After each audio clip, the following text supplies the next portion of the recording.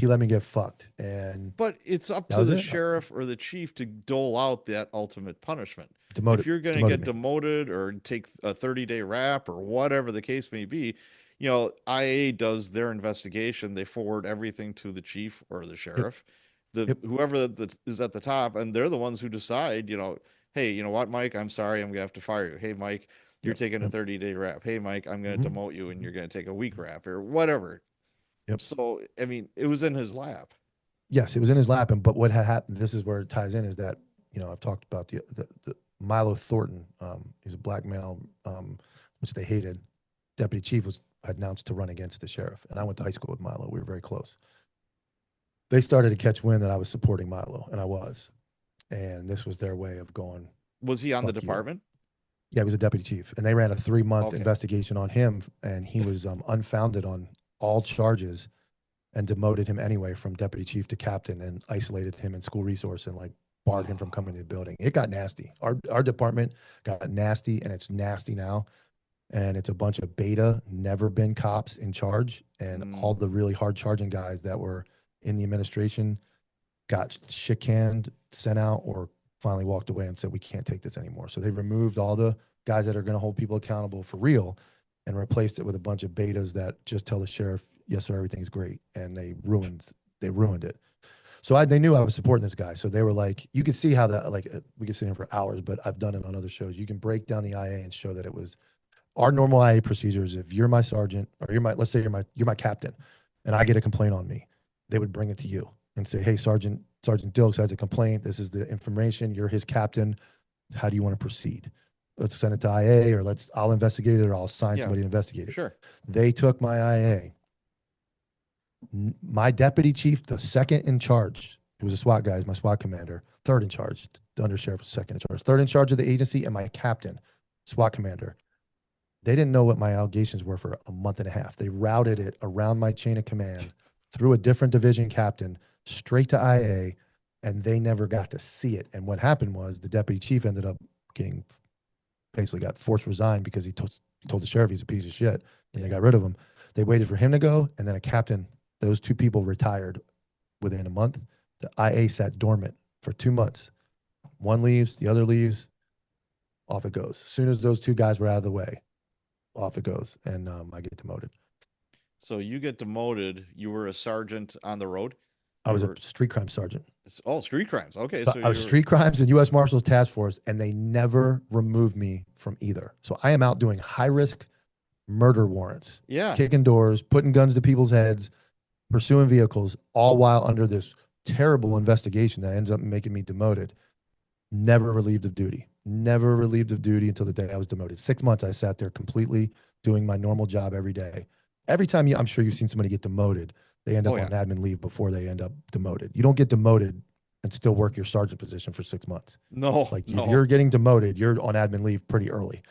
Well, we're a large enough department where it's like, okay, Sergeant O'Donnell, you're accused of X, Y, and Z. It's substantiated. We're taking your stripes. Now, you were a sergeant at District 2 on the south side. We're going to send you to the furthest north side district as a cop. Yeah.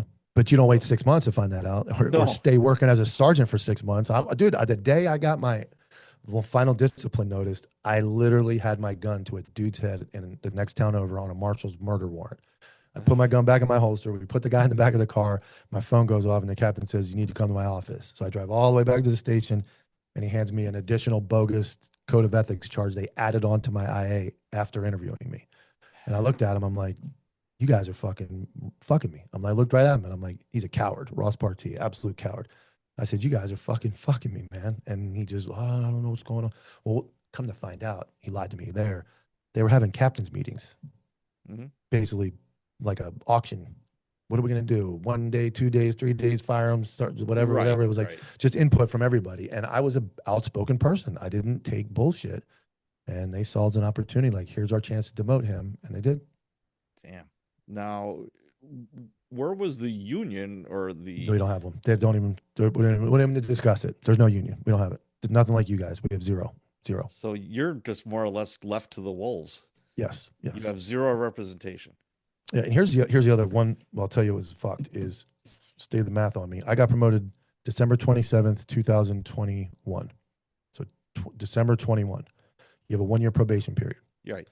The traffic stop occurred November 17th, 2002, which is 11 months into my sergeant. Yeah. It doesn't get reported to IA until January 5th of 2023. So I am off probation. Yeah, you're off probation. Yeah, yeah. When they investigated it, they retroed the fact that the incident actually occurred back in November. So I lost my only option to appeal it to retain my position because they said we're removing you from sergeant based on not making probation instead of being demoted. So if you appeal it, if you don't have a union, where do you appeal it to? No, I had a union, but it's one guy, and he's a fucking fast-talking New Yorker that has no business being a lawyer. And basically, he says you can appeal it. You will maybe win the discipline. They'll say, yeah, you shouldn't have been disciplined. Unfortunately, they demoted you based on your probation, and we can't unfuck the probation. They have to have no reason. So I go in there and win the fucking war, and they go, great. Yep, you won. You're right. It was too excessive. But sorry, we removed you for probation, not for being demoted. So I lost my entire appeal. I would have won because everybody that saw the video, everybody was like, no. He's like, I always look at Christian, my best friend, Christian Matheson, ride or die. And he will never tell me anything but the truth. He'll look me dead in my face and say, you're a fucking moron. Or he'll say, you're not. Right. And he told me the worst, if the video is going to go and somebody's going to make a big deal about it, the worst I would have given you is an 8-hour suspension. Said I took some money out of his pocket, and I would have said, don't do that again. He goes, I really would have just pulled you in and said, hey, fuckface, there's an election in 12 months. Like, let's not get on the news for making any crazy arrests. Wait till it's over. So, but he said if I had to, like, hey, we got to make something happen because it's going to go on the news, which it did go on the news, and nothing came of it. Everybody was like, I don't even see what you did wrong. He said I would give you an 8-hour suspension. Spend him 8 hours, and he's done. So now you're demoted back down to sheriff's deputy. They actually demoted me. They saved face. They tried to save face. They put me back as a detective.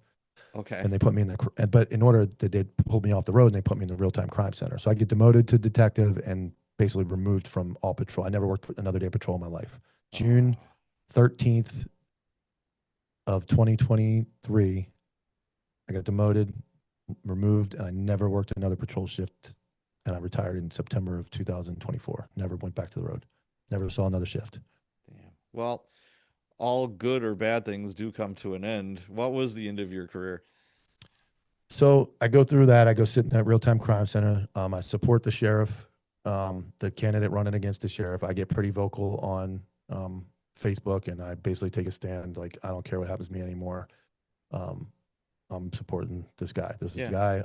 I stand by it. And on August 20th, 2024, it was a 3-person race.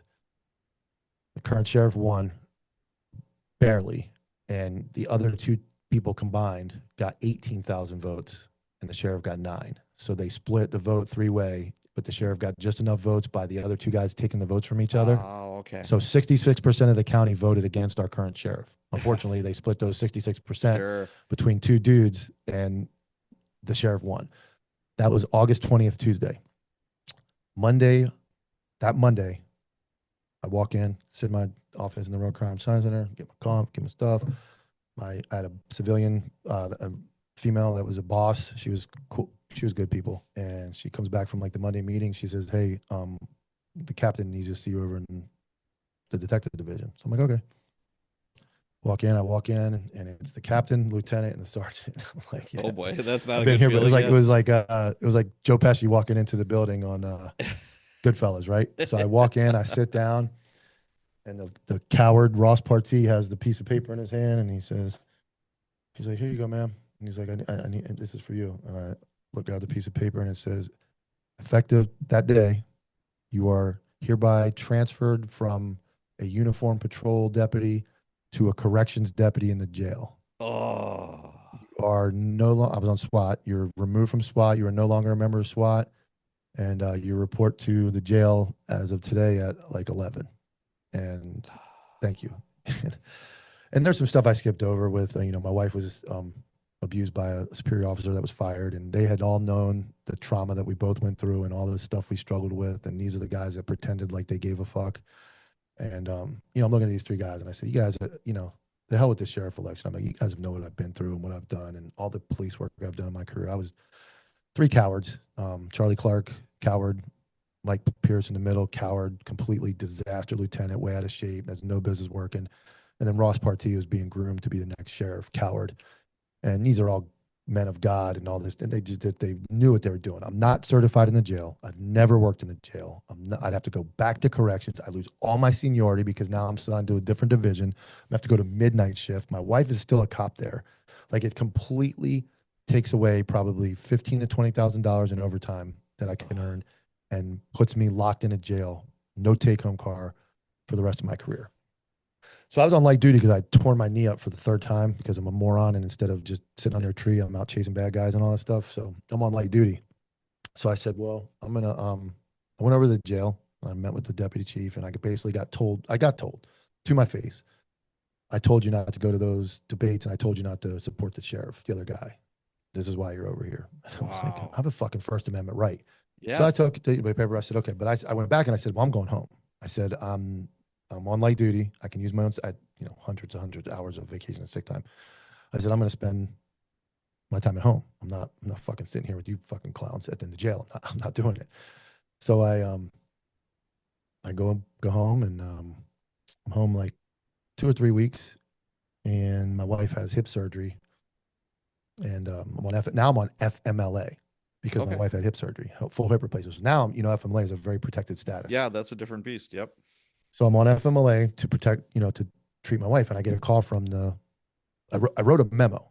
So I wrote a memo, and I was going to submit this memo about my mental health because I'm like, hey, like, I've put thousands of people in jail. I'm terrified to go into jail. Like, I understand you're trying to punish me, and I know, but I said, I've never worked in the jail. I wrote this massive memo. Somehow the sheriff got wind of it. And the morning I dropped my wife off to get surgery, I get home to sit home and wait and go back. And the deputy chief calls me, and he's like, hey, are you writing a memo to bashing the sheriff? And I said, no, I'm not. And I said, I'm writing a memo to express my concerns with my mental health for going into jail. Right. He says, hold on a second. I'll call you back. Hangs up, calls back, and he says, it's in your best interest not to submit the memo. like at this point, my career's over. I'm like, okay, it's in my best interest. So I'm like, still a little, I hate it though. I'm still a little scared because you know how much control they have over you. Yep. So I don't submit it. I sit down. Well, about 2 weeks goes by, and I've always openly talked. I'm very honest. I've done steroids. I've done steroids in my life. I started doing steroids about 2014, 2015. I've done TRT, which is legally prescribed, and I have used anabolic steroids that aren't legally prescribed throughout my career. I have, and I'm sure guys who have too. There's a lot of guys that have done steroids. Yes. Oh, yeah. It's not like a big woo. So right. So I helped a guy get through SWAT tryout, and I was running some stuff with him, and he got into domestic violence with his wife, and his wife went down and said, he got weed, the old he got weed. Oh, yeah. She said Mike and this guy are doing steroids. So I'm home on FMLA, and my phone rings at like 9:00 in the morning, and I'm like, hello, and it's the deputy chief. He says, I need you to come in. And I didn't put two and two together that I'm on FMLA. I'm like, I'm home. My wife, he's like, yeah, it'll be real quick. Just come on down to the station. So I'm like, okay. So I had a rental car because I had been in a fucking hit and run. Somebody ran into me, and I had to chase him down. So my regular car's in the shop. And I get to the station. I walk up to the stairs, and I've been randomly drug tested 70 times throughout my career. I was in narcotics. I know what the form looks like. They hand you this form. You go down to the clinic. You piss. It's for the basic 7 things. Right. You're not going to fail for steroids. I know that because I've been on steroids when I took it. So I get up there, and they hand me this piece of paper. It's like an ancient photocopied, like 37-time original paper I remember filling out in my job application in like 2004. And it says, please list all the following drugs you've taken. And it's normally like your normal. And then over here on the right is like photocopied in the word steroids with like a box. You can tell it's been doctored. It's a document. It's a doctored form. Yeah. And I looked at it, I started laughing, and I said, this is a random drug test, right? And the captain and the deputy, she looked me straight in the face, knowing I've investigated a few things in my career. And they're like, yeah, it's random. And I just started laughing. And I knew at that moment, in that moment said, this is my last day. This is my last day. I was ready to, I'd already called FRS, which is our retirement system. I knew the money I'd be making. I knew I was financially well, and they had no idea that I'm a year and a half into Copville as a secret meme page and making more money as Copville than I was as a deputy. So they didn't know any of that. It was scary, and I wasn't going to just leave if I didn't have to. But I was like, I looked at the form and I said, today's the day. So I said, okay. I said, I'll go take the test. And they're like, no, no, no, no. Get in the car. We're taking you. And I'm like, whoa, this is the most random, this is the most intrusive random drug test I ever, they knew what time it was. I knew what time it was, but I was like, you know what? I'm not going to walk out of here and just like refuse. I'm not refusing to take it. Like, I'm just going to do it. Yep. So I got in the car, armed fucking kidnapping. I was forced to go down to this clinic. I get in there. They're, checking me in. I'm sitting in the clinic, go to the back. And I know those people because I've been there plenty of times. And I looked at the black girl and I said, they're going to get me for steroids, right? She goes, yep. She's like, they called yesterday. They paid, it's like fucking a massive amount of money. She's like, they called yesterday, called ahead, paid ahead. This is going to go to the, what is it, FDA, whoever does the drug testing for like the sports. And I'm like, yep. She's like, you need to fail it? I said, yep. I sure am. I said, I'm pretty sure I am. It had been like 4 months, but I knew one of the things I'd taken has a shelf life or in your body for like 8 months. So I pissed, boom, boom, went in, took it, boom. They drove me back to the station. I said, y'all have a nice day. Drove home and I typed a memo. I said, effective today after 19 years and 9 months of the sheriff's office and 23 years total law enforcement, I resign. I said, I'll effective today, and I'll please contact me when I can come do my final packet and get my vacation and sick time transferred and all that. And that same deputy chief called me about 8 o'clock. He got the emails. I sent it to everybody. He's like, what are you doing? You resign? I said, I'm done, dude. You guys are no longer fucking with me. I'm like, the fucking with me is over. He's like, you're going to fail the drug test? I said, I don't know. And I don't fucking care. What I do know is tomorrow I wake up and I don't fucking work for you guys. And that's all that matters to me. I said, so here's my fucking memo. I said, turn it in. I'm done. And that was it. I was resigned. And one last fuck you out the door. I'll tell you when I tell you everything was personal. There's a policy that you get all your vacation time and you get 480 sick hours when you resign or retire or quit. Okay. There is a policy though that says if you don't provide 2 weeks notice, they don't have to give you your sick time. I didn't want to risk here's my biggest fear. I'll be honest with you. I didn't care about failing it. I didn't want to have to be asked who else does it. Yeah. I'm not answering that. Like I was not going to say this guy, that guy, if they started to IA me and make me go on the record, I wasn't doing that. That's the reason I left. I'm like, I made my bed. I'm going to go sleep in it. Like I'm not dragging anybody else down with me. So I was like, no, I'm not waiting 2 weeks because I didn't know how long it was going to take. Then they can get me an IA. Then they try to drag that out. Then I was like, I'm not doing it. I'm done today. So I get word they're not going to pay me my sick time. And I said, I know for a fact you guys have paid out sick time. But I was like, whatever. So once it was over and I left, I actually did a public records request for the last 7 people that resigned when they give you the old quit or go home or be fired. Like they're going to fire you Friday, resign without 2 weeks notice. One of those people was fired or going to be fired for sexual harassment and abuse of an employee to the point that it was criminal almost. And it was criminal, but it never went. He got every penny of his sick time. A dude that was a predator to women. Wow. He got every penny. We had another guy that was involved in a sexual incident where he had sex in his car. He got it. We had another guy that had some issues with potential domestic violence. I don't know too much. He got it. We had another guy that got, we had another girl that was lying on her reports and not doing reports. She got it. Michael Dilks is the first person under Eric Flowers, his entire administration, to not get paid his sick hours out, that resigned on the spot. You tell me it wasn't targeted. $14,000 it cost me. Oh my gosh. Well, but it was also, so that's the kind of people that, but it was also a giant relief or a weight off your shoulders to walk. It was worth every penny. It was worth every penny. Yeah. And, the greatest thing that ever happened to me was that day, and to be steroids. Like I said, if I was smoking crack or I had to go to everybody I was doing meth, I would be like, man, that's going to be rough. Everybody went, we've known he's been on steroids for fucking 10 years. Look at him. He went from a out of shape fucking fat kid to he's on the SWAT team running 9.5 minute mile and a half. So he's like, I told everybody, like everybody fucking knows who does what. I'm sure you guys knew everybody at the agency that did it. Everybody talked about it. Is it right? No. Am I wrong for doing it? Yes. Is it illegal? Yes. Is it a violation of policy? Yes. I'm guilty. Like I'm guilty. I'm guilty. But it's fucking steroids, man. It made me faster, stronger, and perform better. Yeah, they will turn a blind eye when it benefits the department. Correct. It's like, Correct. obviously smoking crack or smoking weed, Much different. Much a different. whole different ball game. Correct. Correct. I've Oh, never met a guy on the corner robbing banks and having sex for money to get steroids. Never once. Never yeah, once have I met that guy. So I don't know. You tell me. All I've met is guys that are jacked and in very good shape and can run fast. So yeah. The only time I busted somebody that had steroids like out in the open was a male stripper. He had steroids and a lot of cocaine. He says, yeah, "Man, I've seen people get arrested for steroids yeah." that had a lot. But even sometimes I remember guys would stop me like, "What is that?" So I'm like, "I think it's like testosterone." I'm like, fuck, I'm not Well, I was taking like laughing that. at him. I said, "Steroids and cocaine?" He says, "Yeah, I That got actually it." goes together a lot. Honestly, that Yeah. goes together a lot.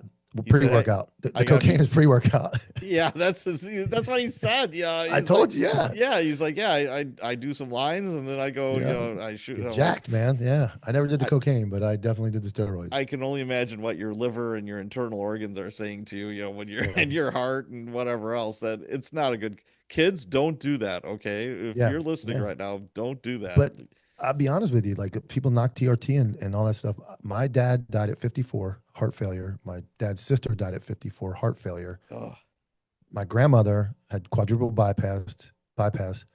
Her brother, my uncle, great uncle, died at like 62, heart failure.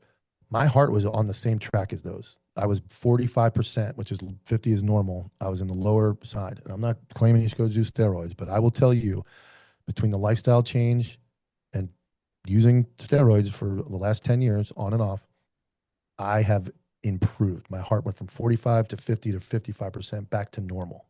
wow. Now, I'm not saying anything. I'm not science. I'm not a scientist. I'm just telling you, it probably is because I stopped drinking and I started working out and I go to the gym every day. But during that time, all that stuff they say, it's bad for you, it's this and that. Now, there are subs, and I didn't do any of that crazy shit. I wasn't doing like fucking crazy shit. I was doing testosterone and some very mild other enhancers. But Right. um, I got more healthy and I'm 49. I'm in fucking great shape. I feel good. My heart got better. So it's like, but of all of it, I'm glad I would never would have left. I would have sat in that miserable fucking office and I would have probably went to the jail. Dude, my Oh, ego was shot. I was so terrified to go in there.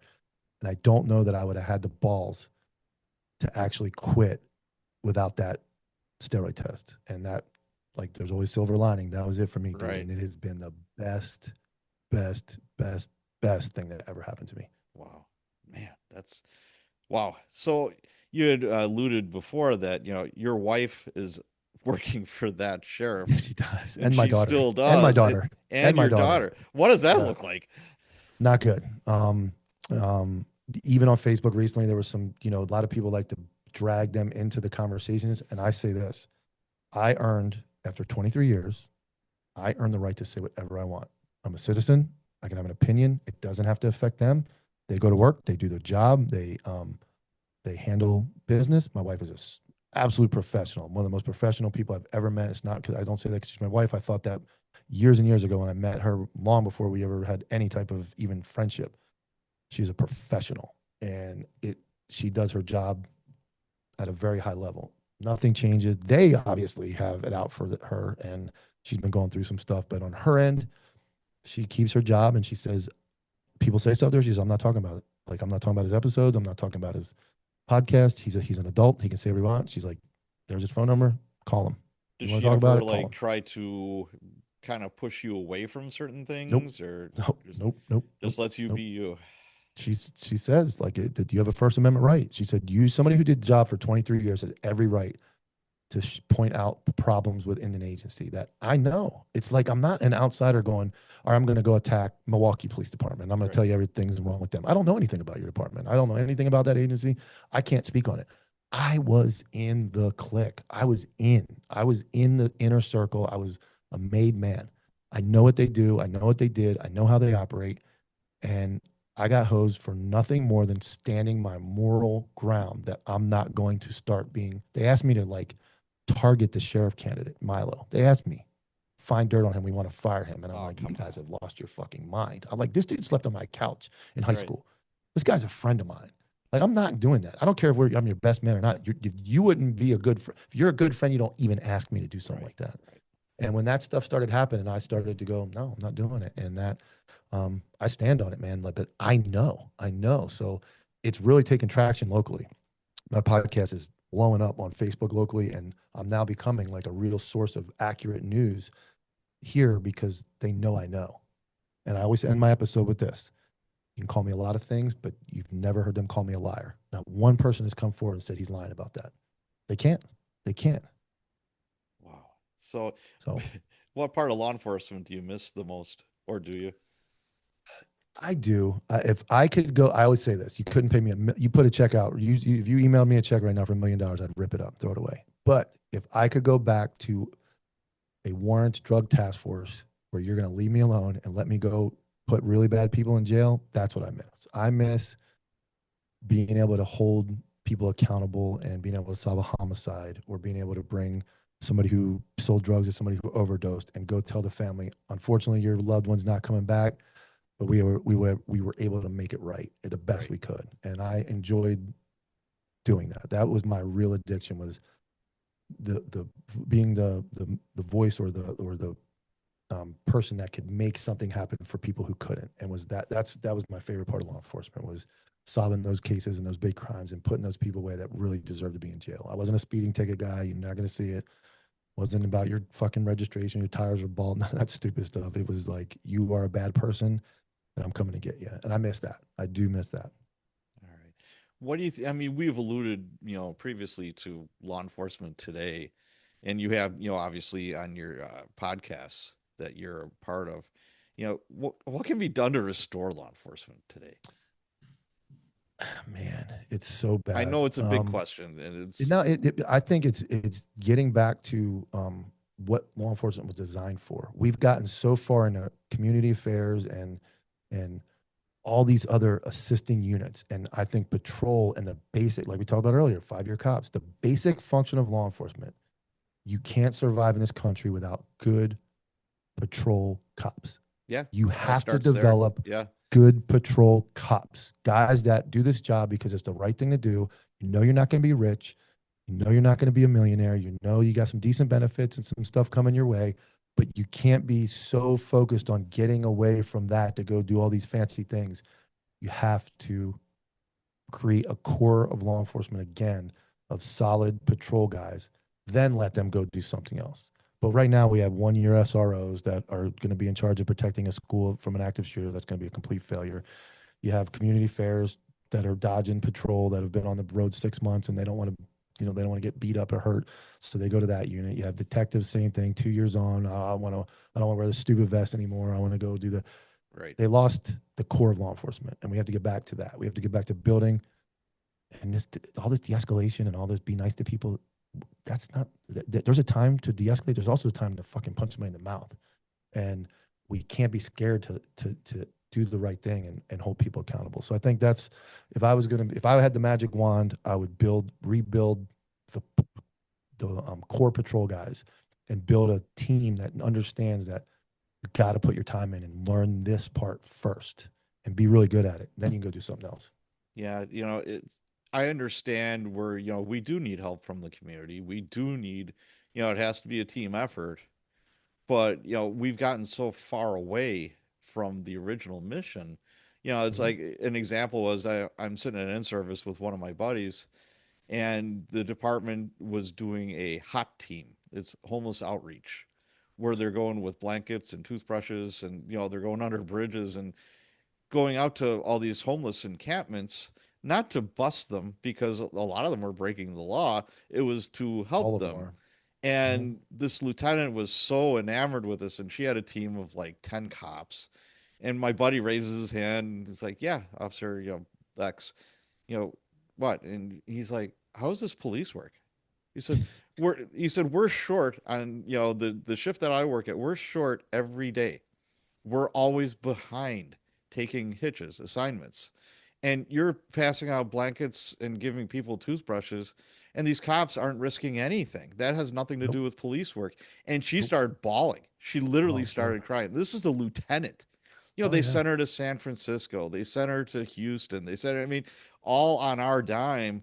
And All it's great like, cities too, right? They're doing so well in those cities. and I'm just like, and everybody in the room just started laughing, and she just like just started bawling, and I'm like, he's right. Everyone's Yep, looking at each other. Yeah, absolutely. When did he is this right. become a police problem? This is Yep, a social worker problem. This is it a, is. it's let them let them take care of it. I mean, I don't want to be cold hearted, but we have to go take care of policey stuff. We can't be And doing I all agree. this other And stuff. like community affairs, man, I just don't agree with the way it's done because you know who's a good community affairs cop? Us when we were like in the hood, like doing the Oh, job and being absolutely. seen and talking to the community. And we weren't, I don't need some dude, and they never wear their fucking vest. They stand in front of Walmart. That's all the time. They take the most non-police people that don't want anything to do with policing and they put them and dress them up. I call it Halloween, and they stick them with these kids and they walk around the store. Yeah. That's not realistic. Like I can go in the hood and I can chase a dude down, get in a fight with him, take him to jail, and then come back and be very compassionate to a 5-year-old kid or a 20-year-old chick that's got something going on. That's the best form of community policing is being a good cop in a community and showing them that they can count on you to come handle calls and do that. They don't need a guy dancing on TikTok. They don't need a fucking video of you pulling somebody over and with fucking the Grinch and all this stuff. You don't need that. No. That's not to me. That does nothing for the community. That actually hurts because it makes people think like that's what cops really are, and they Right. lose the respect. That They're no, we're clowns. fucking dudes. Yeah. Yeah, we got to go out there and fucking do a tough job. Like we got to get punched in the mouth. We got to go fight people. But at the same time, I can dust myself off, come right back to that same area and go, "Hey kids, how's it going? Like, yeah, you guys good? You good with school?" But you don't train your cops to do that anymore. They're all they want to get promoted. They, like I said, they all want to go to a different unit. They're all being rough and tough and they're all being whatever. And they're on social media and they're scrolling TikTok and all that. They're not paying attention to their community. The best community cop is a good street cop that works in a community and interacts in between calls and does his job. See, I like the beat men. If I had some rock stars that were beat guys, because it's like, hey, I'm looking for this Mike guy. I've got a description. I think it's this Mike guy. Oh yeah, he works out at that boxing gym from 1 to 2 Mm-hmm. p.m. Yep. He was like the Encyclopedia Britannica of that Yep. neighborhood. He knew Yep. everybody, and kids looked up to him. That's And community policing. that's community policing. Correct. Yep. Yep. And I remember one time, it's like 2 o'clock in the morning, and I see some kid, he was like 17, 18 years old, in a park across from just this dope infested apartment building. And he's on a school ground, at 2 o'clock in the morning. That's illegal. So I stop and I jack him up, and he's listening to his Walkman. That's how long ago it is. And he's this big kid, and he's from the hood. And I just started talking to him. I'm like, what are you doing? He says, man, air conditioning don't work. He says, I'm just trying to get some relief. And I said, okay, that's cool. I said, what are you listening to? Man, I love Shaka Khan. So I'm just like, Shaka Khan, Shaka Khan, do I feel Yeah. for you? And he started laughing. He says, you know what? I'm like, hell yeah. So Yeah. he became my snitch for like Yep. a year. Yep. But you know what? I'd just see him out there. I'd stop. I'd talk to him. Yeah, could I have arrested him? Of course I could. Could I have Yep. hassled him? Of course I could. But instead, I made a friend. And you know what? He gave me great information. And you know what? And it was a positive police interaction. I was joking Yep. around with the guy, and I saw that all the time. Yep. All the That's time. community policing. Yeah. Not some special unit that goes and dances around and wears funky hats and dresses up at Halloween. That's clownery. Good Yes. community policing is being a tough cop in a neighborhood, and then also being compassionate and trying to help. And that's we lost our way with that too. So Yeah. I had a near fatal encounter with this. It was a drunk Mexican guy with a piece of broken glass. The floor is covered in beer and broken glass. And I took him down. We could have shot him, as simple as that. But I took him down. I face planted him, blah, blah, blah. And when it was all over with, hook him up. I'm getting ready to leave.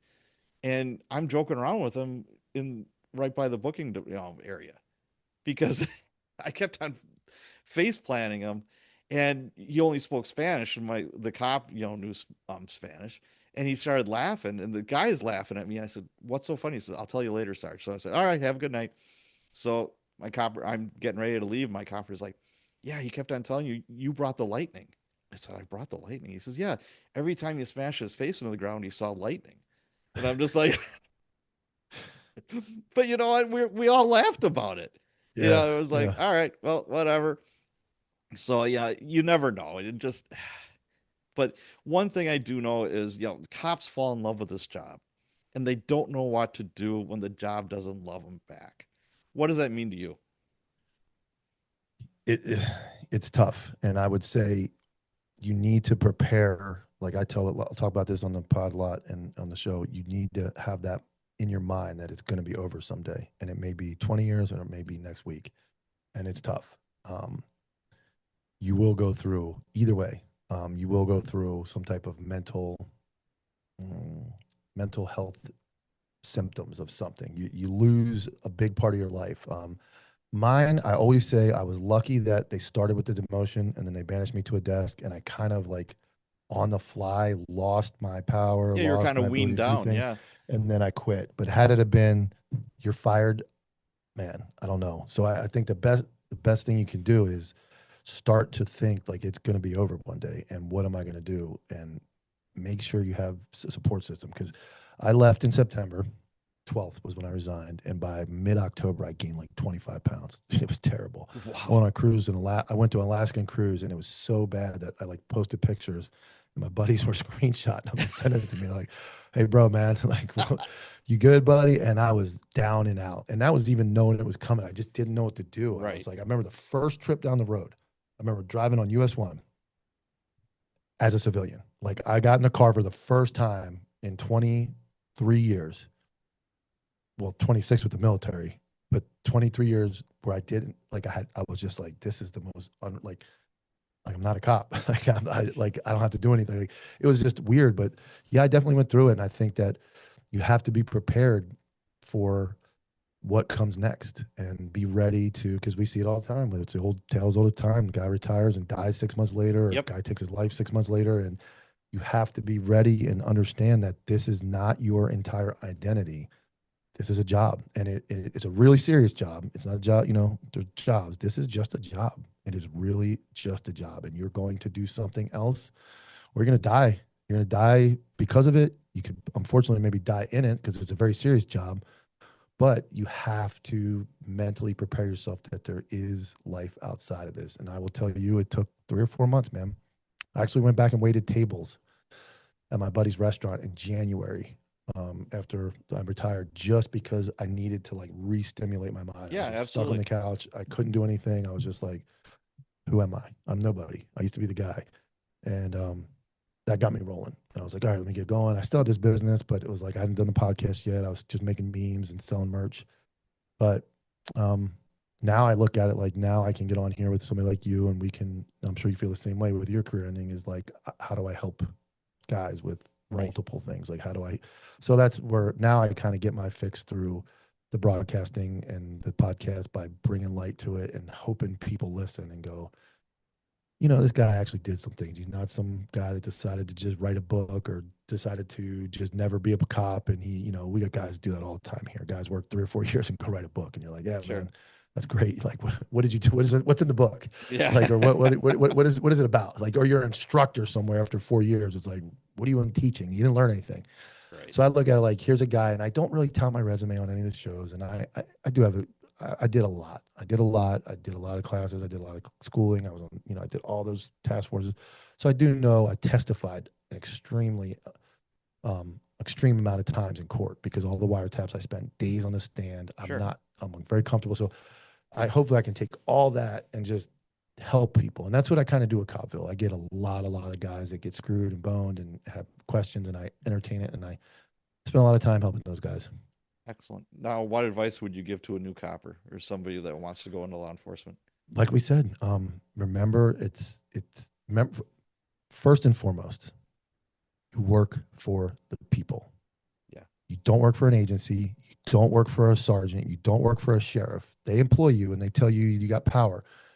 You're bound to the United States Constitution. Yep. And the Constitution was written because the people deserve to be treated a certain way. And never forget, the Constitution comes first. What that comes with is know your case law, know when you can detain people, know when it's right to use force, know when somebody's allowed to peacefully protest or walk around, and know the Constitution. And two is, don't, like we talked about, don't rush yourself through patrol to get somewhere else. Learn the job, because you'll always be more comfortable later on in your career with all that experience, and it will help in all those other areas. So that my biggest one is the Constitution. Like, remember, you don't work for the government. You work for the Yeah, you're a people. public servant, and You're a that's one public of servant. the best jobs you could ever have is some type of Yep. service to others.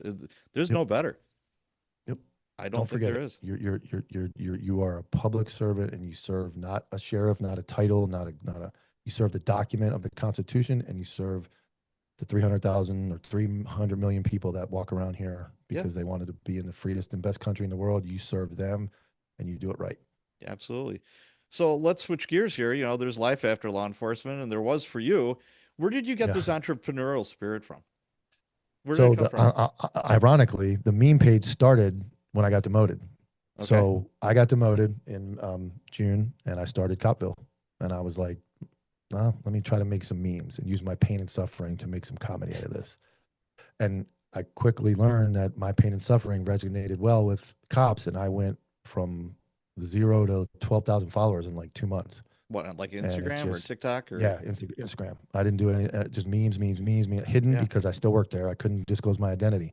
right. And it was 20,000. Then it was 25,000. Then it started going crazy. And I'm like, holy shit.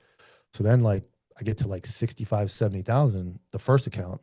And I'm like, man, I think I could probably make money off this. I'm like, Yeah. so I had a business partner, and I'm like, let's start taking some of these memes I'm making and like turning them into stickers. So from May of 2023, no, May of 24, May of 24 till December, I made $100,000 Holy first year. shit. Yeah.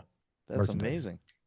And I was like hidden. Nobody knew who I was. I had to hide it. It was so bad because I had to, like, I didn't have an LLC. So I was like, I had a PO box out of Maryland where my partner worked. I had to use my friend's address in Edgewater, Florida, where he Sure. was.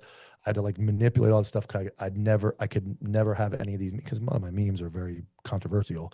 Right. I was like, I can never have this come back to me. They'll fire me. Like, and I was already on the shit list. I got demoted. So I was Right. like Absolutely. dodging this. And everybody here was like, fuck, dude, this Copville page. Oh my God, guys walking up to me, showing me my own memes, and my phone's going off, and I'm like trying to hide it. A lot of guys, like two guys definitely nailed it. They knew it was me, but I never told anybody. I told like two people on earth. It was my wife, my buddy Nick, and one other guy. And that was the only three people on earth that knew who I was.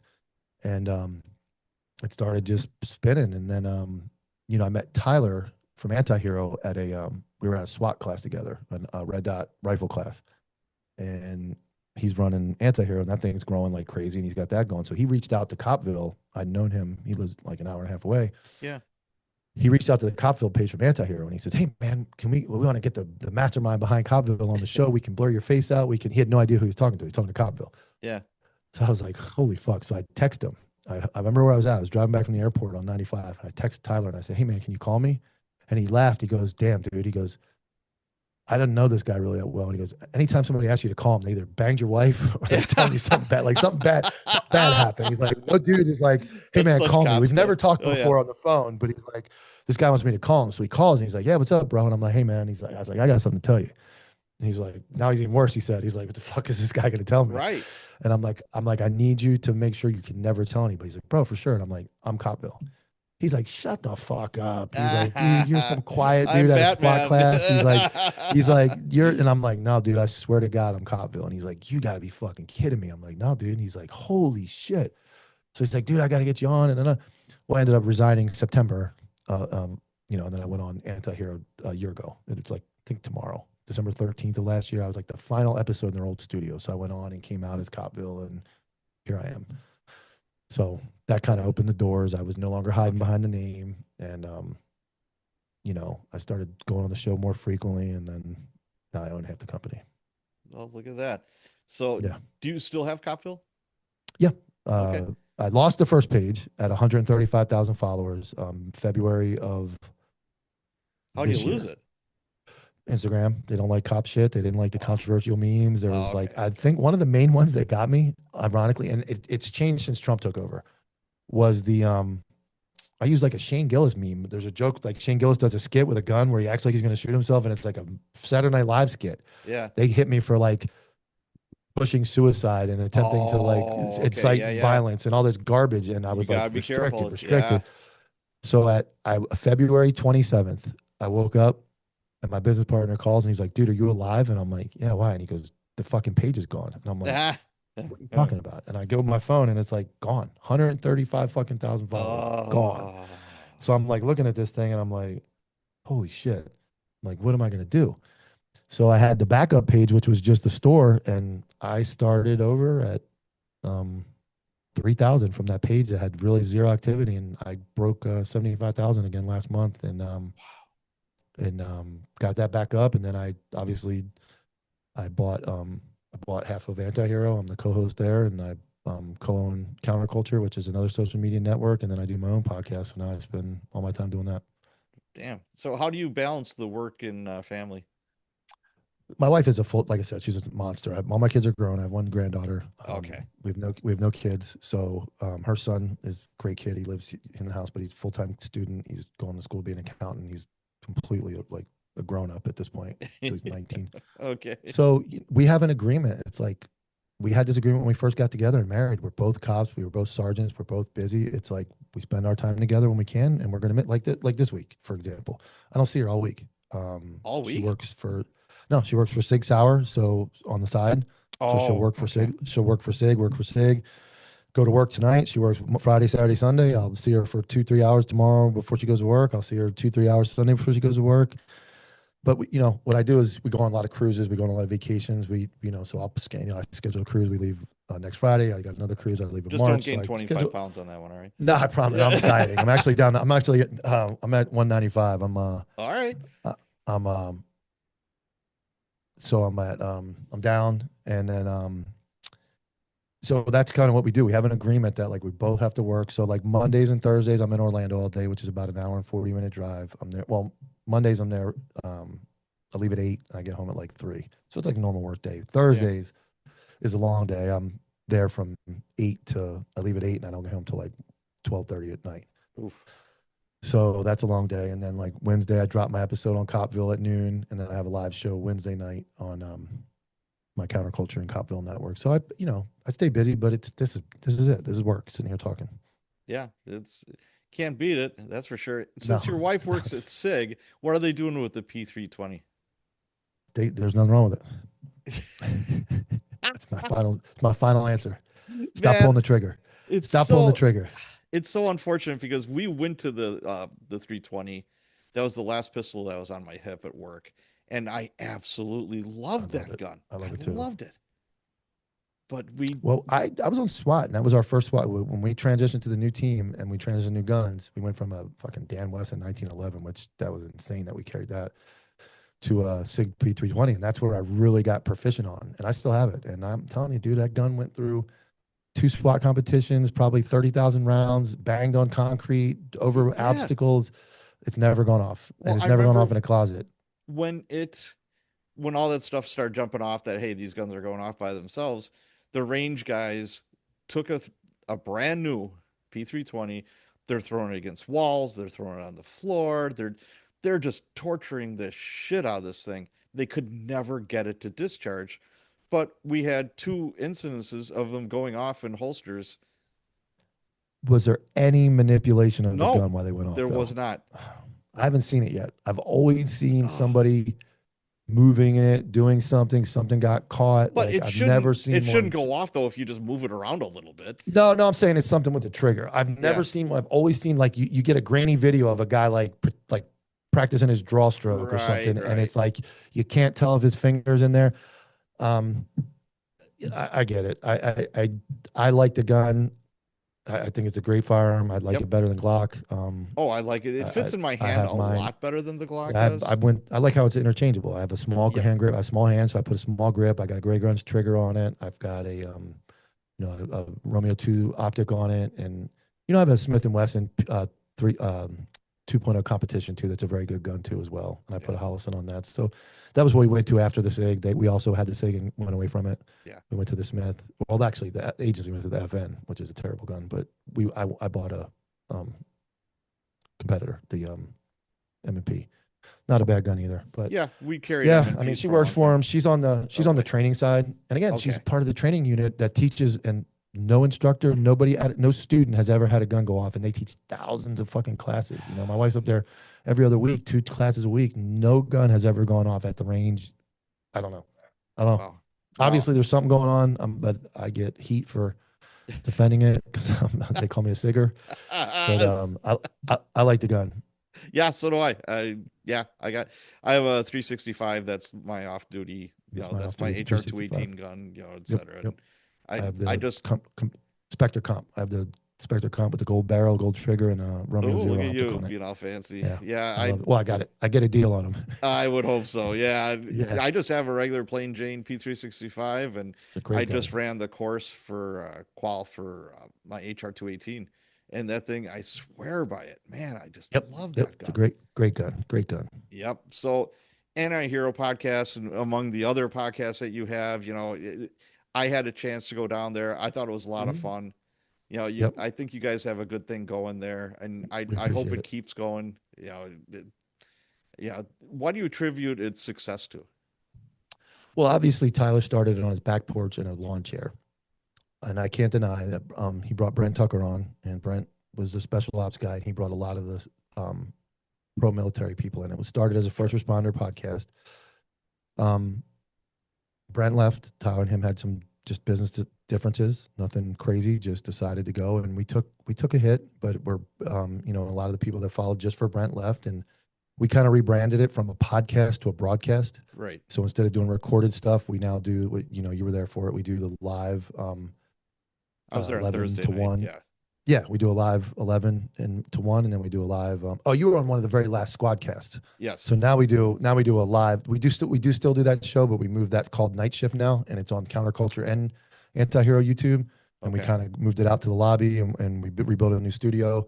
So that's kind of like drinking beer, hanging around, same Yeah. kind of concept you were at, but we moved it out of that studio. So in the main studio where you were, we do Monday 11 to 1 and Thursday 11 to 1, which is Okay. more of a live broadcast. We bring people in like Dom Izzo comes on. We have a guy from Ukraine that's live over in Ukraine that's in the middle of the war that gives us Wow. updates of what's going on in Ukraine.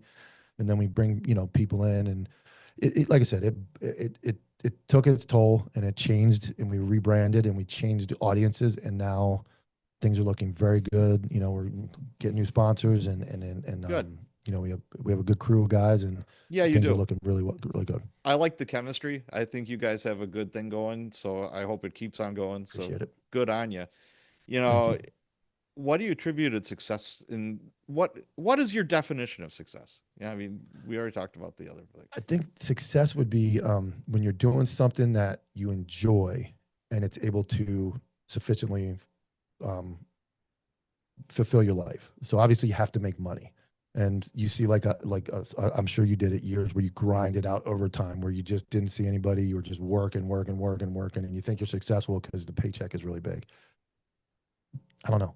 To me, success is I am able to do what I want to do legally. I'm able to do what I want to do. I'm able to enjoy my life. I'm able to um, live comfortably.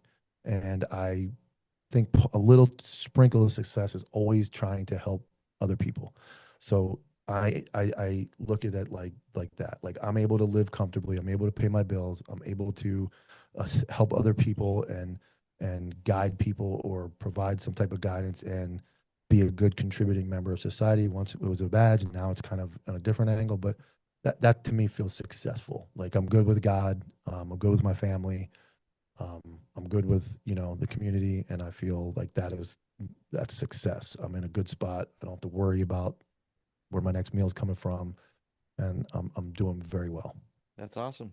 Very good. Now, you've got all these different podcasts going on and businesses.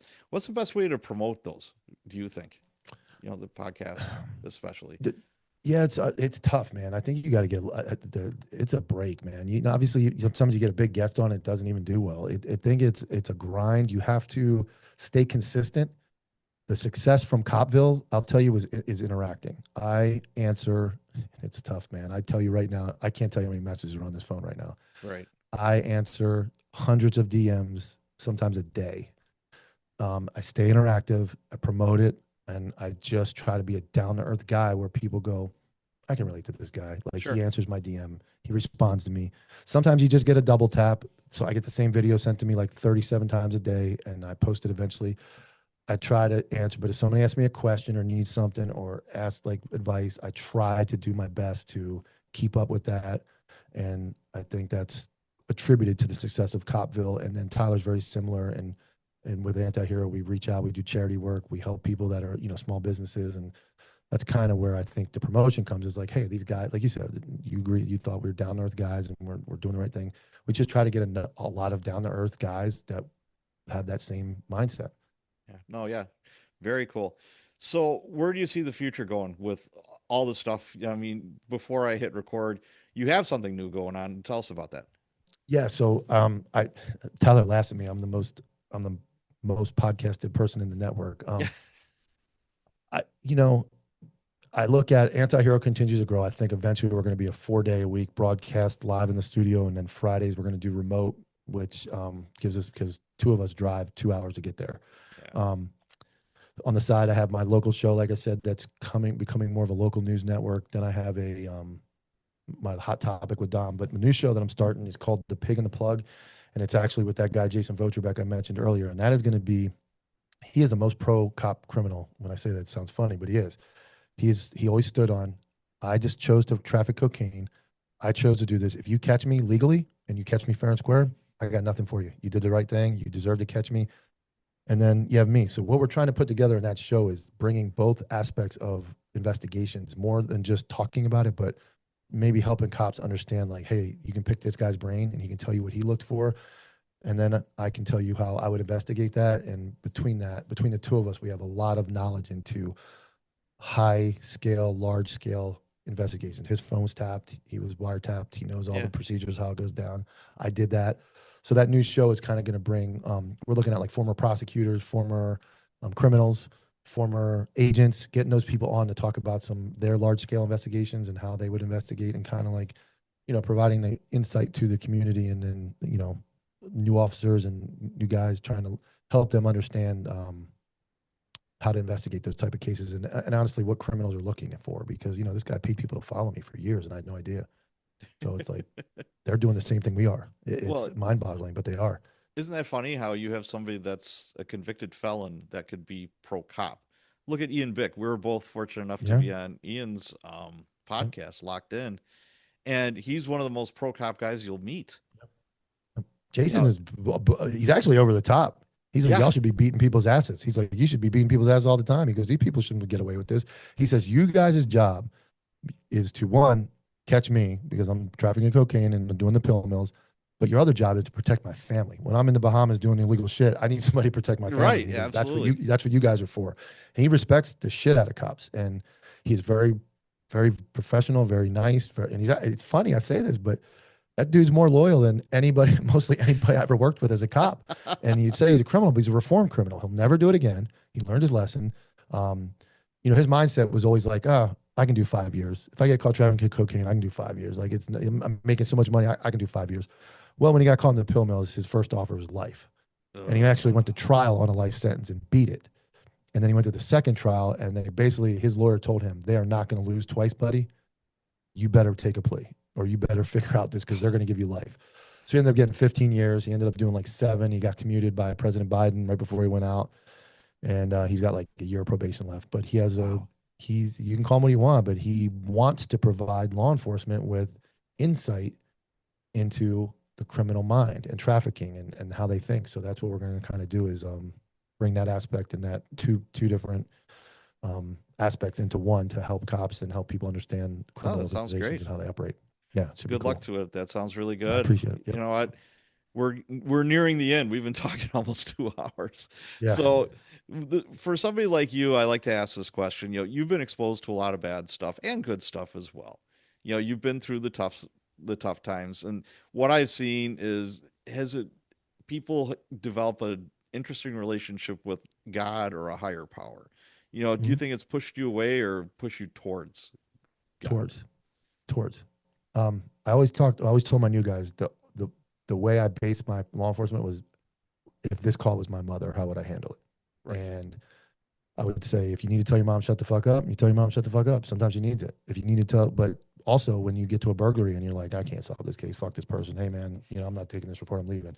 No, what if that was your mom and like her car was stolen or her lawnmower was stolen, and you would expect somebody to at least spend 5 minutes with her and give her some time of day. Right. So the other thing that always drove me was, God, did I do things that were wrong? Absolutely. But I didn't do anything to not deserve to go and get into heaven. And I operated by that my whole life. And I have become closer to God because I feel I just, you have to believe in doing the right thing. And the ultimate sacrifice was made by, Jesus and for us all. So I was very religious as a kid, forced into Lutheran, like big church, massive Okay. 2-story church, the old pews, like Sunday school every Sunday. I hated it. Kind of got into police work, and I felt like I always said, I don't know if it's right or wrong, but I said, I'm out here doing, and I don't mean this in a cocky way, but I'm doing God's work. Like somebody has to do this. And I choose to do this for the better of society and to help people. And then as I've gotten older now, I'm 49, and I know I don't, if I got 25 good years in me, I'm lucky. If I make 75, I'll be happy to make 75 and be in good shape and be able to continue to live. So now I look at it like, okay, I'm on the last third of my life. And it's like, if you're not going to believe in God, boy, you better be right. Because if you turn on the man and you're wrong, those consequences are pretty serious. Yeah. So it's like, I try to operate as, I think God would want, Jesus wanted the system called out. Jesus said, I'm here for you guys. And then what did they do to him? They beat him to snot and crucified him. So it's like, he sacrificed, and now it's like, how can I help people? And I don't go to church. I'll be honest with you. I'm not a guy to go sit in church, but I operate daily on the belief that, Jesus is real, God's real, and we should do the best we can to be good people for that reason. Yeah. There's no atheists in foxholes, as the old saying goes. And No. we've been in some foxholes. So No. yeah. Yeah. Everybody my buddy always says, you hate cops and you hate God. When the shit hits the fan, there's two people you're calling. Oh, yeah. You're calling God to help you, and you're calling 911. Yeah. I don't care if you're in the hood and you hate the cops, or you've been religious and you love cops your whole life. Those are the two people you're calling for in a moment of panic. I love both that. of them. That's a great way to end all this. Yeah. All right. Tell you what, Yep. where can people go to learn more about you and your podcasts and your businesses? Where do they go? Yes, sir. Okay. So obviously Instagram, at Copville OG is the Instagram page, at the Anti-Hero Broadcast. That's the _Anti-Hero _broadcast is the business page. YouTube at Copville OG, the Anti-Hero Broadcast on YouTube as well. And everything's listed there. All the show times are on my YouTube. Do you have a when website? I'm live and when I'm on. Oh, damn, dude, I'm hurting myself. My merchandise. Yeah, I got to spend money. It's Christmas. www.copvilleog.com. It's themed like Grand Theft Auto, Vice City. Really cool website. I sell hats, shirts, stickers, mugs, Zintins, gym bags, you name it, I got it. I actually put a Christmas ornament up this year, a Copville Christmas ornament. So you can get everything So at it's CopvilleOG.com. OG.com. Okay. Yeah. Sweet. I will put that in the show notes so people can go Appreciate there it. and spend some money. All right. Yeah, Santa's got to put some presents Yeah, under the I tree. put one of my logos up on a Christmas ornament, and somebody ripped off 10 of them. As soon as I put it up, bought 10 of them. So I was pretty happy with that. I got one of my famous patches here is this it's a knockoff of the Cobra Kai Oh yeah, Karate No Kid. Mercy. Yeah. And instead mine says find drugs, find gun, no mercy. And that one's pretty popular. So I made that a Christmas ornament this year. Very good. All right. Well, Mike, thank you so much. This has been a great show. Yes, sir, man. Thank you.